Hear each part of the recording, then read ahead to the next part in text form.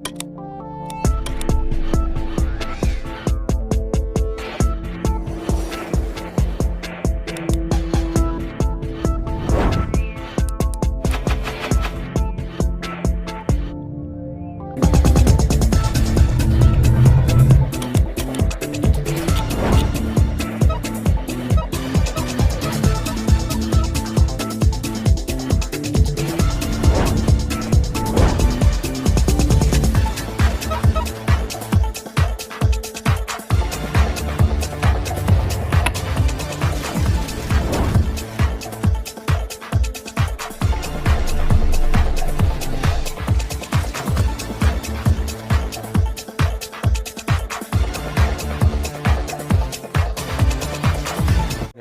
आप मुझे ये बताएं कि आपको जो रिपेयरिंग यहाँ पर सिखाई गई है और स्कीमेटिक नॉलेज के साथ, तो ये जो रिपेयरिंग किस मदरबोर्ड पर सिखाते हैं? हम आपको पुराने डेड मोबाइल पर सिखाते हैं या लाइव कस्टमर के मोबाइल पर सिखाते हैं?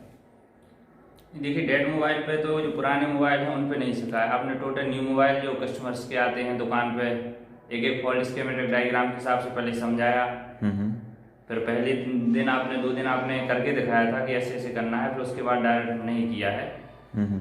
हाँ, वही है, क्योंकि अदर इंस्टीट्यूट क्या करते हैं कि पुराने जो उनके पास स्क्रैप मदरबोर्ड होते हैं उन मदरबोर्ड पर आपको ट्रेनिंग दी जाती है, लेकिन हमारे यहाँ क्या, हमारी खुद की शॉप भी है। उस शॉप पे जो डेली कलेक्शन होता है, जो डेली हमारे पास कस्टमर के मोबाइल हमारे पास कलेक्ट होते हैं कि किस में क्या प्रॉब्लम है, तो वो आपको लाइव एकदम उसी मोबाइल के ऊपर लाइव प्रैक्टिकल के साथ आपको रिपेयरिंग ट्रेनिंग दी गई है, ताकि मतलब कि आज क्या फॉल्ट आया है उस फॉल्ट की भी जानकारी आपको है ना।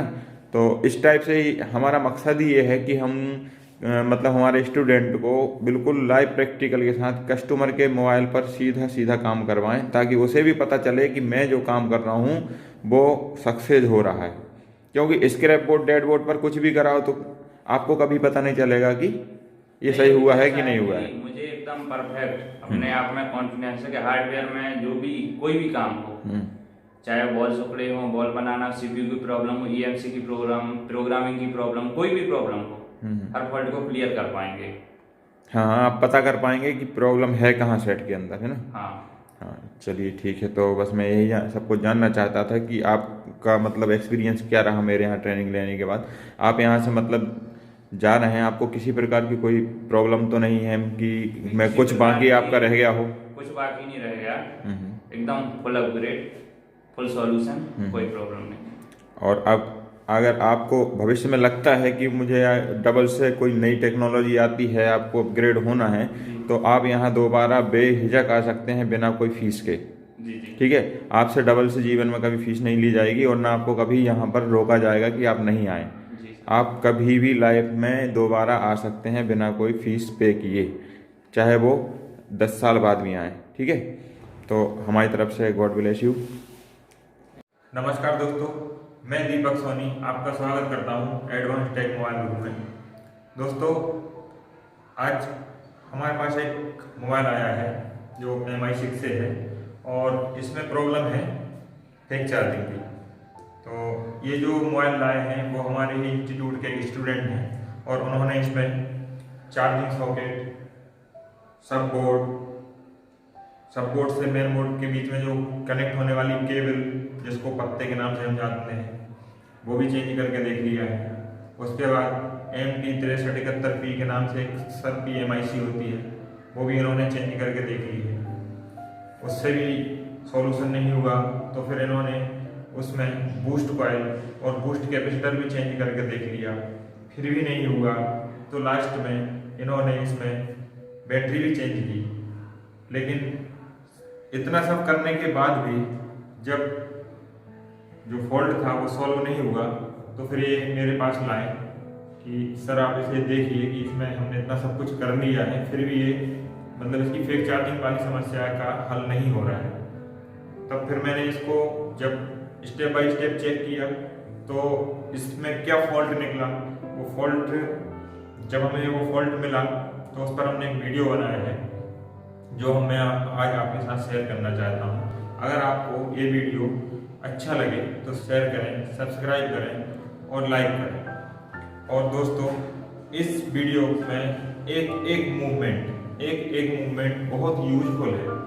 तो इस वीडियो को आखिरी तक देखें, इसके बिल्कुल भी ना करें, क्योंकि कब कहाँ कौन सी चीज़ आपसे छूट जाए जो आपको बाद में बहुत काम आने वाली है। तो इस वीडियो को आखिरी तक जरूर देखें, इसके बिल्कुल भी ना करें। आया है जिसमें फेक चार्जिंग की प्रॉब्लम है। क्या होता है, उसमें चार्ज लगाते हैं तो सेट केवल चार्जिंग शो करता है और चार्ज होने की जगह उल्टा डिस्चार्ज होता है। 1% उसकी गिरती जाती है बढ़ने की जगह। तो उसको फॉल्ट को फाइंड करने के लिए हमने एक छोटा सा स्कीमेटिक बनाया है जो इसकी चार्जिंग सेक्शन है 6 की। तो मैं आपको इसमें बता देता हूँ कि कहाँ से हमारी चार्जिंग शुरू होती है और कहाँ जाके एंड होती है। तो देखिए, ये जो आपको ये जैक दिख रहा है, ये हमारा होता है सब बोर्ड से मेन बोर्ड के बीच के कनेक्शन का ये सॉकेट होता है। तो यहाँ पर दिख रहा है, ये सॉकेट होता है ये। तो यहाँ से इसकी पिन नंबर हमारा भी बस इन की सप्लाई मिलती है, मतलब जो हम चार्जर लगाते हैं उस चार्जर की पॉजिटिव सप्लाई इसकी 30 नंबर पिन पे आती है, जो कि एक टेस्ट पॉइंट TP14 पर हमको मिलती है। उसके बाद हम आगे बढ़ते हैं तो एक रजिस्टर है 47K की R1330, इसके ऊपर से इससे होते हुए एक कैपेसिटर 1310 से निकलते हुए एक OBP IC लगी हुई है जो MOSFET IC होती है। और इस IC से इसके इनपुट इसमें से हो करके और आउटपुट जब होता है तो फिर C1311 पर ये पहुंचता है वोल्टेज। तो ये जो लाल मैंने पूरी रेड कलर से जो लाइन दी है ये इसकी बीबस इन की ही लाइन है। तो ये कहाँ कहाँ गई है वो मैं पूरा समझा देता हूँ कि 30 नंबर से होकर के इस OBP IC से ये आगे बढ़ेगी।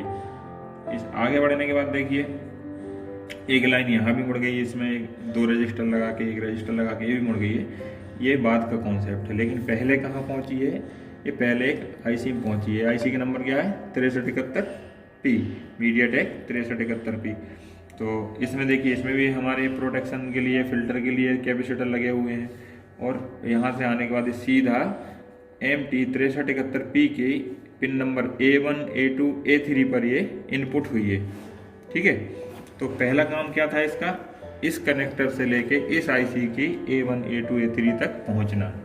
ठीक है, अब यहाँ तक करंट पहुंच जाता है। उसके बाद सेकंड में क्या होता है कि इसमें एक कैपेसिटर लगाया जाता है VMID के नाम से। ये VMID क्या होता है, वोल्टेज मैनेजमेंट आइडेंटिफिकेशन। तो इसमें होता क्या है कि जब ये वोल्टेज चार्जर का वोल्टेज, इसमें 5 वोल्ट इस चार्जर का मैंने दिया, तो ये क्या हो, ये IC का ये कैपेसिटर उस वोल्टेज को चेक करता है। इसमें कोई अनवांटेड पल्स तो नहीं आ रही है, ठीक है, कहीं पर वीक वोल्टेज तो नहीं है, तो ये उसकी चार्ज करके इसको पूरा करता है। तो इसलिए ये भी ज़रूरी है। ठीक है, ये मैनेजमेंट के लिए होता है कि वोल्टेज गलती से आपका कम ज़्यादा ना हो, उसको ये फिक्स करने के लिए, कांस्टेंट करने के लिए कैपेसिटर लगाया जाता है। ठीक है, फिर उसके बाद तीसरे नंबर पे क्या होगा, 2 नंबर तो हमारा यहाँ तक क्लियर हो गया है। अब हमारे तीसरे नंबर पे इस IC में जब वोल्टेज आ गए हैं तो बस वोल्टेज को आगे भी तो सिस्टम तक पहुँचाना है, सिस्टम को ऑन भी तो करना है।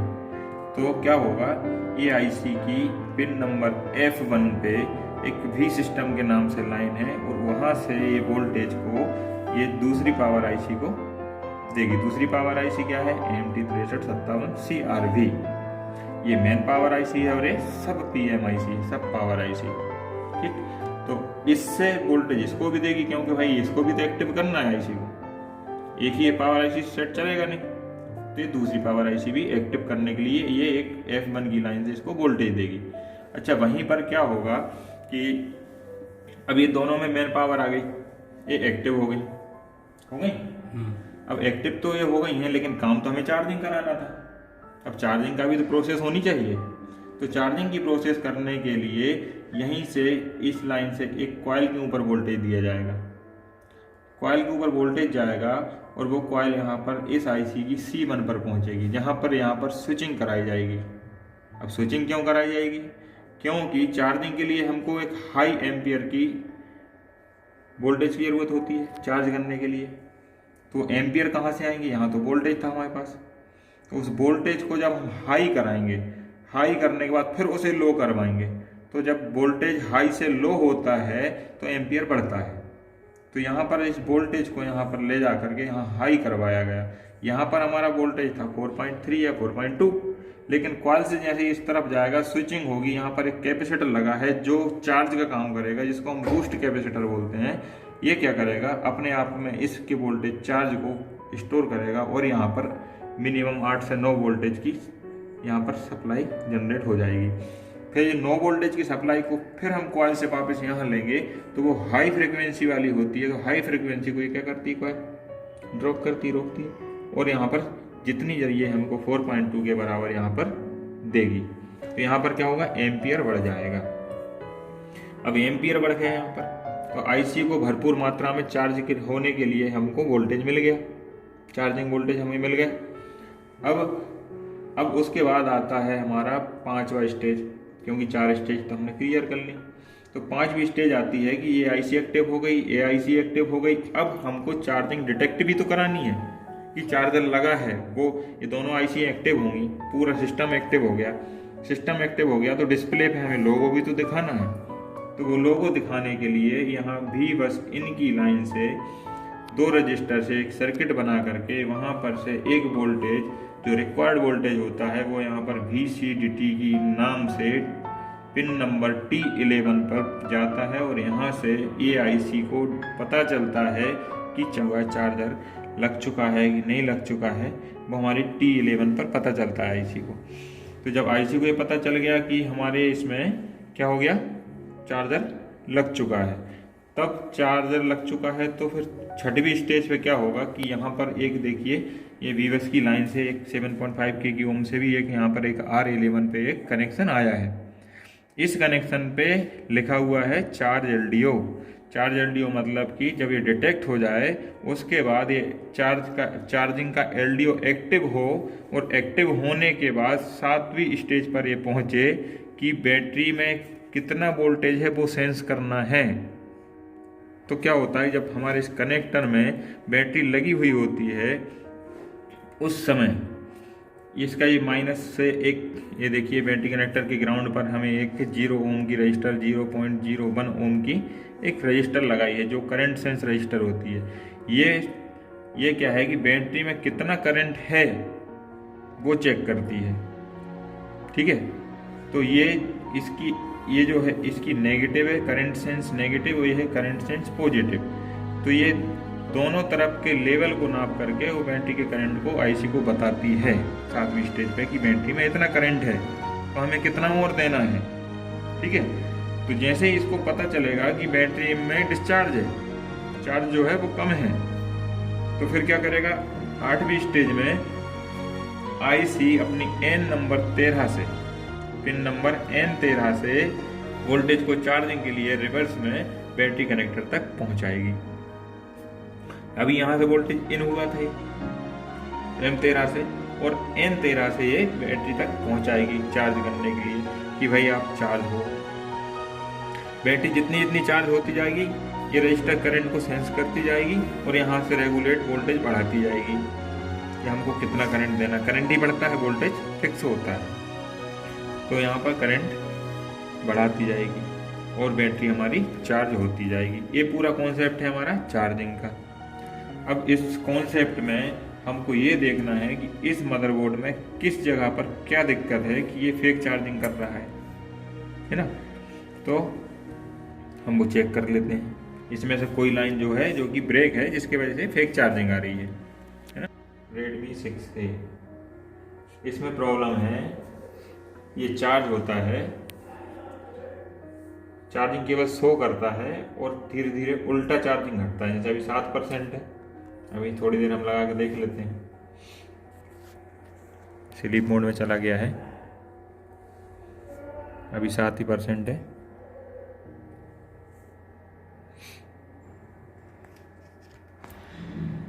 ये देखिए इसमें एमपी मतलब इसका चार्जिंग का परसेंट बढ़ना था जो कि उल्टा घट चुका है। इतनी देर चार्ज लगाने पर इसका एक वोल्टेज 1% कम हुआ है, ना कि बढ़ा है। तो हम इसे फाइंड करेंगे इसमें कहाँ से दिक्कत आई है। या आप देख सकते हैं यहाँ पर ये चार्जर पर करंट भी ले रहा है, करंट ले रहा है, मगर फिर भी ये चार्ज नहीं हो रहा है। तो ऐसी सिचुएशन में हम इसे अभी चेक करने वाले हैं कि ये दिक्कत आ कहाँ से रही है इसमें ना। हमें सबसे पहले इसके इनपुट वोल्टेज चेक करने होंगे। इस आईसी में इनपुट वीबीएस की लाइन इनपुट कहाँ होती है, तो वो होती है इस कैपेसिटर पर। ये कैपेसिटर जो है हमारा C2601 है और साथ में लगा हुआ उससे जुड़ा हुआ C28 है। तो इन दोनों के बीच में हम देखेंगे वोल्टेज, तो यहाँ पर वोल्टेज आना चाहिए है। हम देखेंगे वोल्टेज, ये देखिए यहाँ पर वोल्टेज आ रहे हैं 5.12, मतलब चार्जर के बराबर वोल्टेज इस पर आ रहे हैं। अब हम उसके बाद चेक करेंगे इसके, ये है VMID, इसके ऊपर देखेंगे कि इसके ऊपर कितने वोल्टेज आ रहे हैं। देखिए जितने चार्जर में आ रहे थे उतने ही इस पे आ रहे हैं, तो ये यहाँ तक भी ठीक है। अब हम थर्ड स्टेज पे हम इसमें चेक करने वाले हैं कि V सिस्टम की जो है, सिस्टम की लाइन पे वोल्टेज आ रहे हैं कि नहीं। तो वो कहाँ मिलने वाले हैं हमको, कॉइल के ऊपर।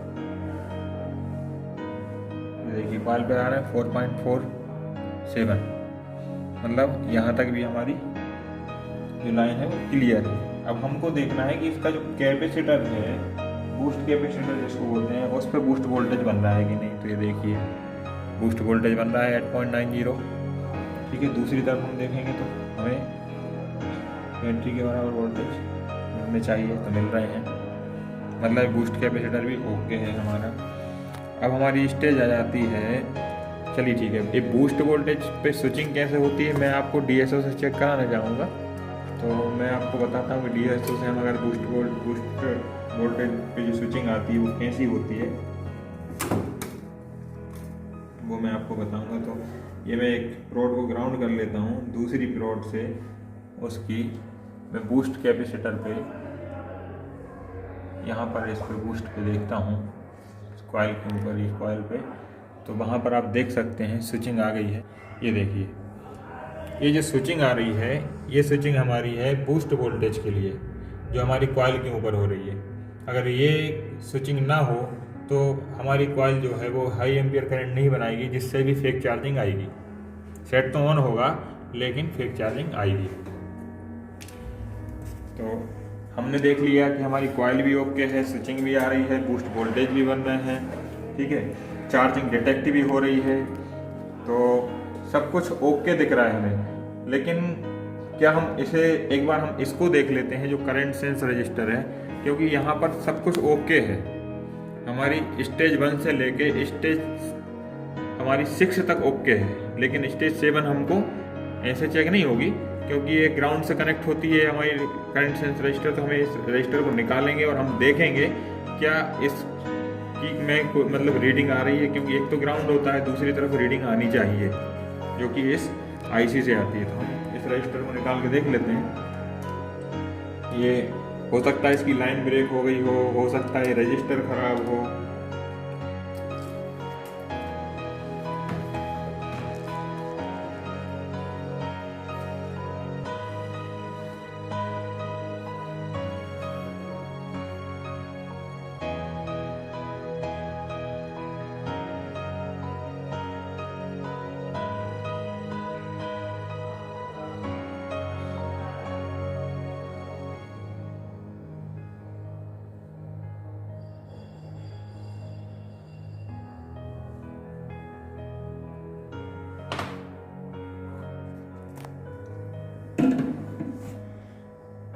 इसको मैं थोड़ा साफ कर लेता हूँ ताकि चमक जो आ रही है वो कैमरे में ना दिखे, वो क्लियर दिख सके।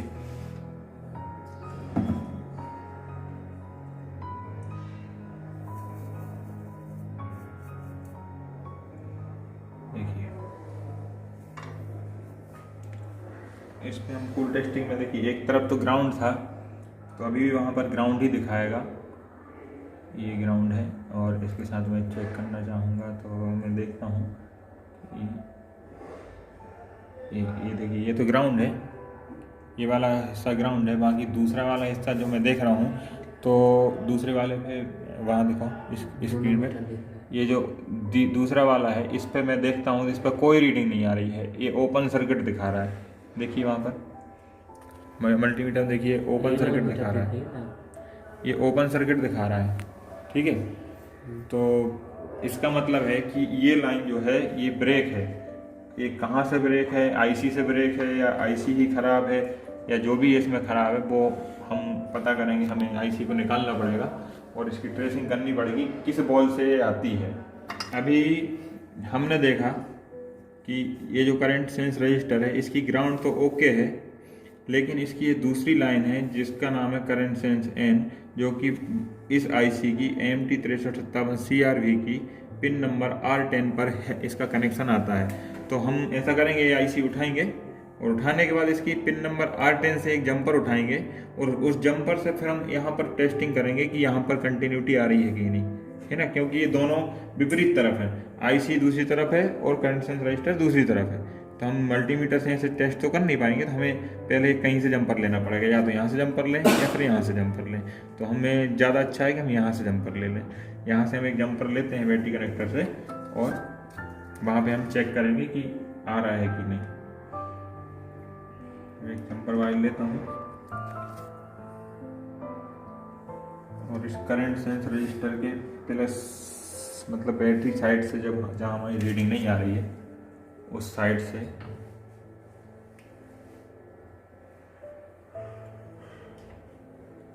इस साइड से रीडिंग नहीं आ रही थी इसमें, तो इस साइड में एक जंपर सोल्ड कर दूंगा ताकि मुझे चेक करने में दिक्कत ना आए। मैंने सोल्ड किया,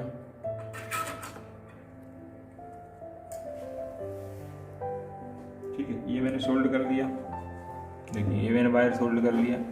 अब मैं इस वायर मैं ऐसे पलट सकता हूँ इसे, ठीक है, ऐसे पलट सकता हूँ। तो अब ये जो नीचे आईसी है इस आईसी को मैं उठा लेता हूँ,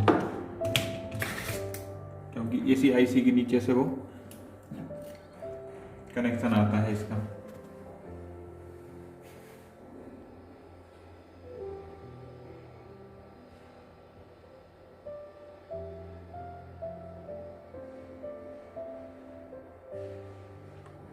देखिए इसका जो डायरेक्शन है, अब देखिए इसकी बॉल कहाँ है, नीचे की तरफ है, 6357 CRV है, और जो हमने डायग्राम में देखा उसमें भी 6357 CRV है।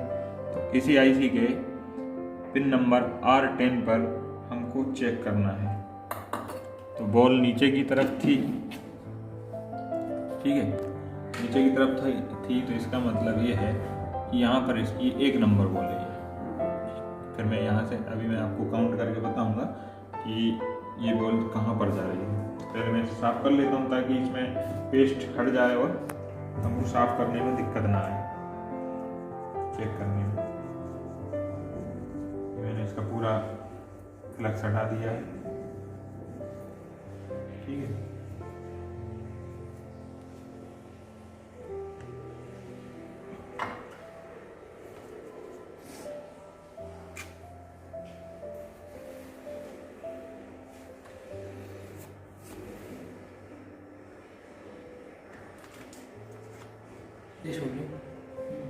थोड़ा टीढ़ा करके ताकि वो साफ रहे इसमें।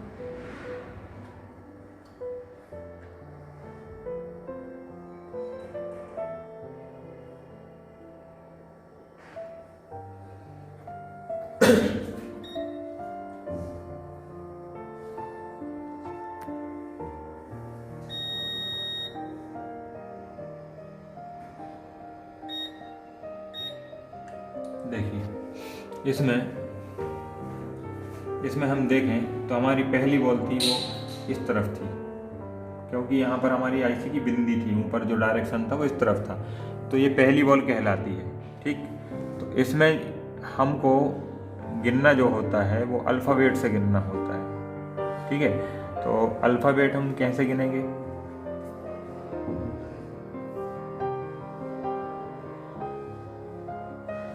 देखिए ये पहला होगा A होगा, दूसरा B होगा, जैसे A B C D E F G H, फिर I नहीं आता इसमें, J K L M N O नहीं आता है इसमें, P आएगा, P, फिर Q नहीं आता, फिर R आता है ना।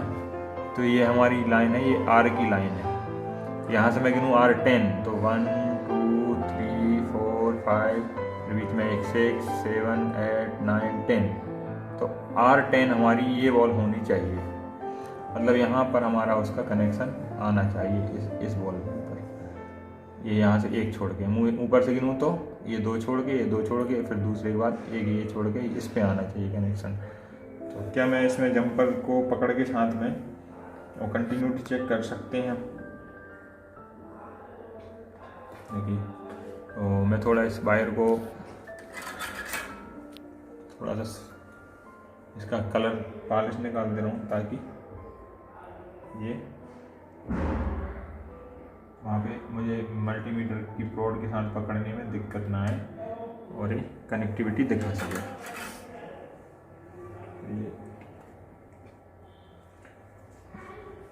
ये देखिए, ये मैंने पकड़ लिया, और ये पकड़ने के बाद अब मैं इसमें, ये देखिए, ये मैं यहाँ पर वायर पकड़े हुए हूँ, ठीक है, और यहाँ पर मैं ये R10 जो है ये है, इस पर देख रहा हूँ।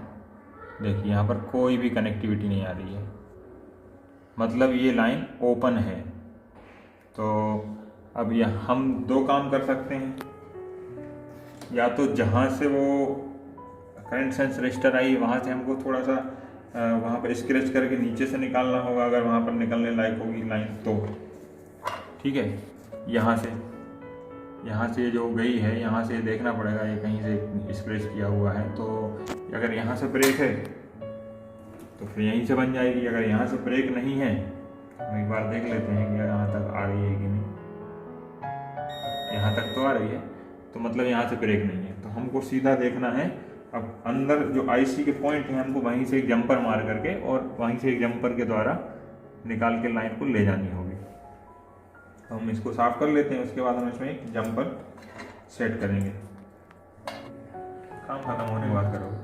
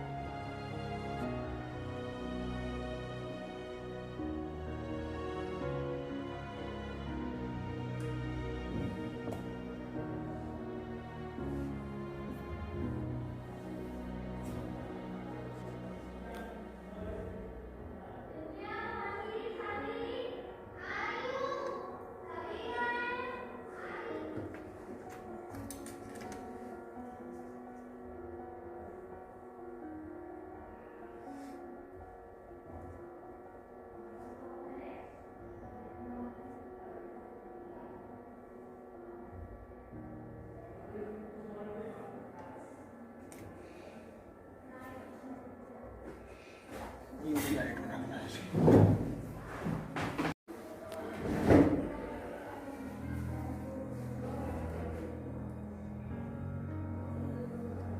यहाँ बोलिए।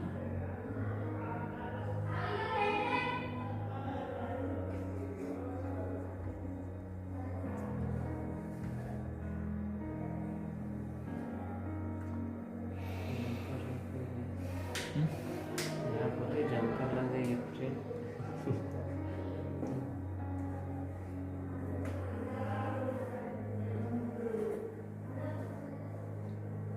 कॉन्टिनेंटल कहाँ आ रहा था, बजर बज रहा था। देखो हमने जंपर लगा लिया है और जंपर लगा के इसको बाहर छोड़ दिया है, क्योंकि हम इसमें बाहर दूसरा वायर कनेक्ट करेंगे, क्योंकि ये बहुत पतला है और बाहर से जो हमें लेके जाना है और ये बिना पॉलिश का होता है, तो हम इसे बाहर जो लेके जाएंगे वो पॉलिश वाला लेके जाएंगे ताकि कहीं वो कनेक्ट ना हो। और हम इसको बॉल को क्लियर कर ले रहे हैं। इसके ऊपर हम अभी ये आईसी लगाएंगे तो वो यहाँ पर कनेक्ट हो जाएगी।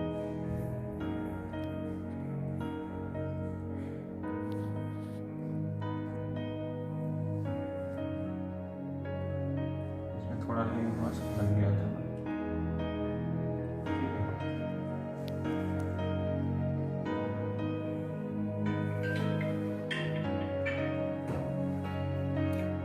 तो ये जो है क्लियर लग चुका है हमारा, देखिए ये हम इसमें आईसी को रिवॉल्व कर लेते हैं। उसके लिए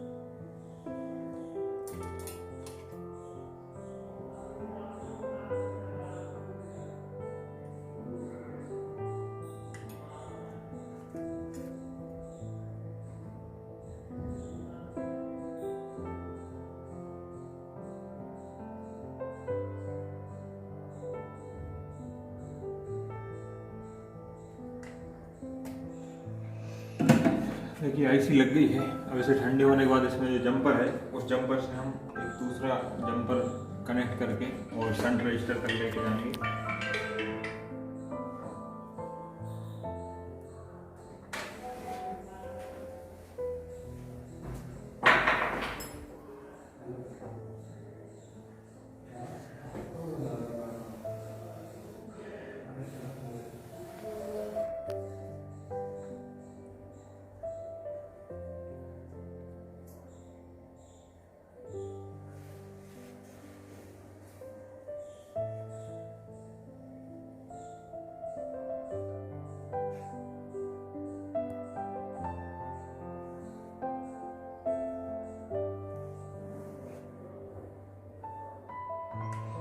इसमें मैंने जंपर कनेक्ट कर लिया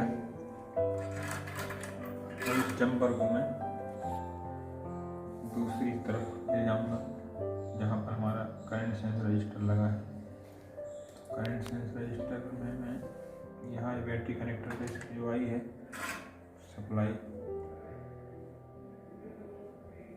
यहाँ पर मैं इसको यहाँ भी ऑन कर सकता, यहाँ करूँ या यहाँ करूँ बात तो बराबर है। तो करंट सेंस रजिस्टर लगाने में दिक्कत नहीं आई, मैं यहाँ कर दे रहा हूँ।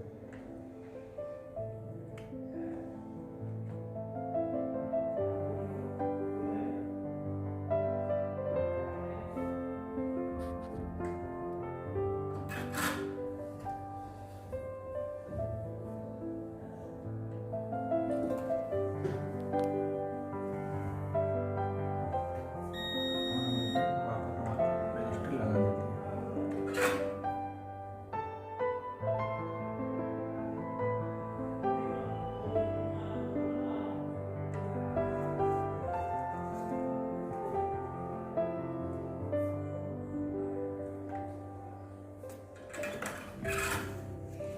तो हमने क्या किया, देखिए हमने करंट सेंस रजिस्टर को यहाँ जंपर करके और वहाँ पर यहाँ आईसी के पास लगा दिया है। ठीक, अब हम इसे फिट करके और एक बार देख लेते हैं कि ये सॉल्व हुआ कि नहीं हुआ हमारा फॉल्ट। हम इसे एक बार फिट कर लेते हैं।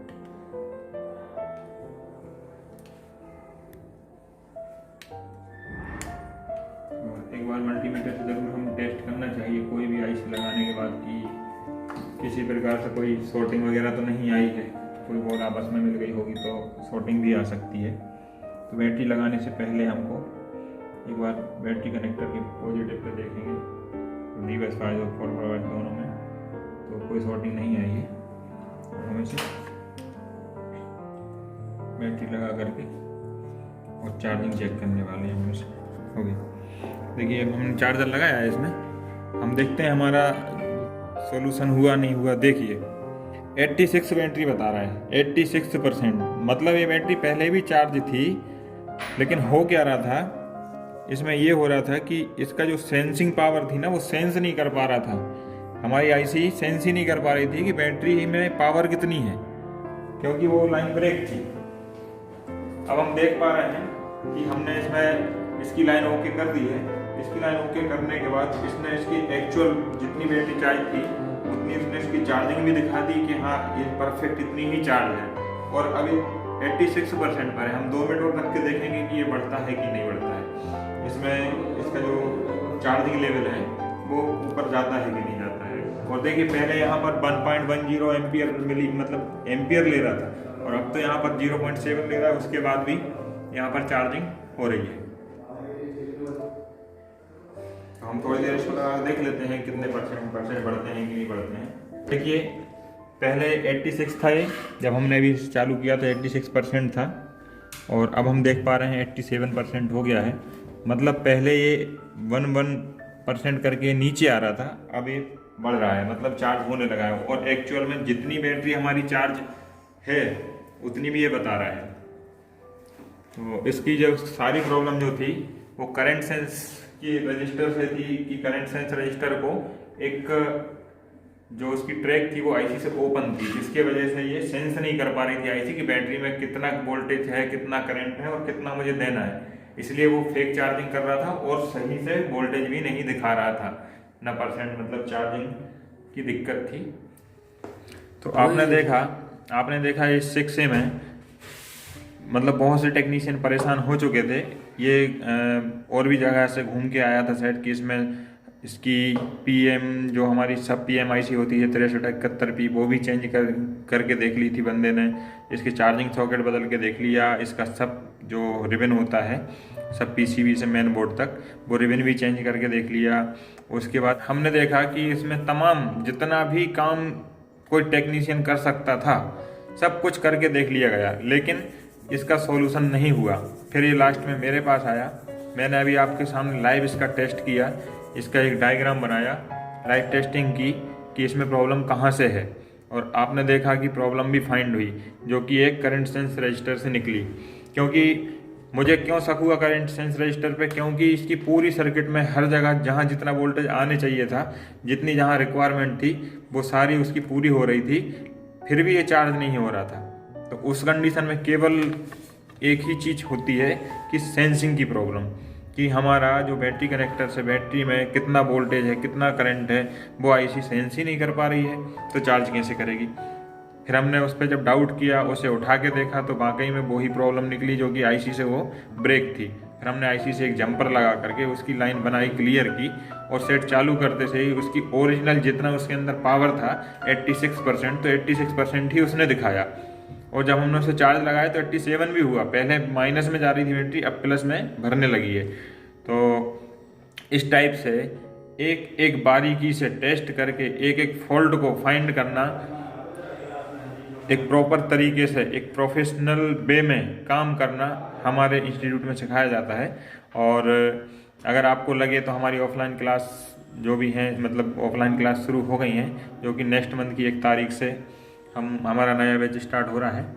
तो अगर सीखना है, आप इच्छुक हैं, तो आप हमारे इंस्टीट्यूट को ज्वाइन कर सकते हैं। आपको इसी तरीके से बारीकी से एक एक डेट फॉल्ट, नेटवर्क फॉल्ट, जो भी एनी अदर कोई भी फॉल्ट मोबाइल के अंदर आता है वो आपको बारीकी से एक एक चीज़ समझा करके इस तरीके से ही सिखाया जाता है। जो मैं वीडियो में बताता हूँ वो उससे कई गुना ज़्यादा मैं आपको क्लास में भी समझाऊँगा। तो अगर आप इंटरेस्टेड हैं तो नीचे दिए गए नंबर पर मुझे व्हाट्सएप पर मैसेज कर सकते हैं, मुझे कॉल कर सकते हैं। ठीक है, थैंक यू, धन्यवाद।